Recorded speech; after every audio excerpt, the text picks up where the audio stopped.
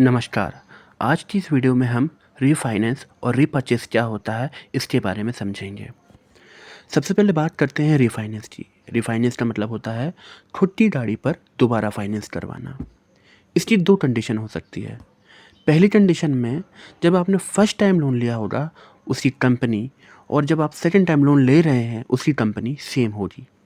इस कंडीशन को हम SVSH बोलते हैं, यानी सेम व्हीकल सेम हायरर।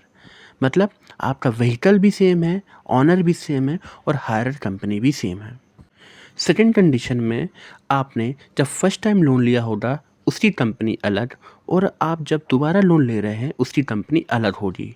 इसको हम SVOH बोलते हैं, यानी सेम व्हीकल अदर हायर।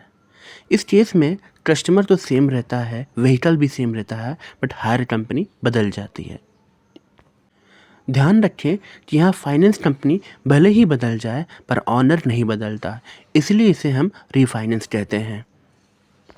अब आइए समझते हैं रीपर्चेस क्या होता है। रीपर्चेस को हम सेल्स परचेज भी बोलते हैं। इसका मतलब किसी दूसरे की गाड़ी को खरीदने के लिए फाइनेंस करवाना। यहाँ सेलर और बायर दोनों अलग अलग होते हैं। इसकी भी दो कंडीशन होती है। फर्स्ट कंडीशन में हो सकता है आपने जहाँ फर्स्ट टाइम लोन लिया हो और अब आप जब दूसरी टाइम लोन ले रहे हैं उनकी कंपनी सेम हो। इस कंडीशन में आपका ऑनर अलग अलग होते हैं, व्हीकल अलग अलग होती है, बट कंपनी सेम होती है।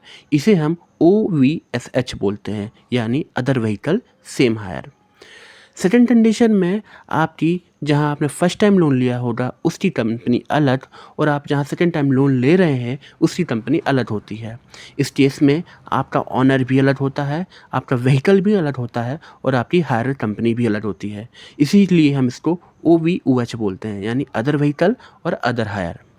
ध्यान रखें, यहाँ सेलर और बायर तो अलग अलग होते ही हैं, लेकिन साथ में फाइनेंस कंपनी भी बदल सकती हैं।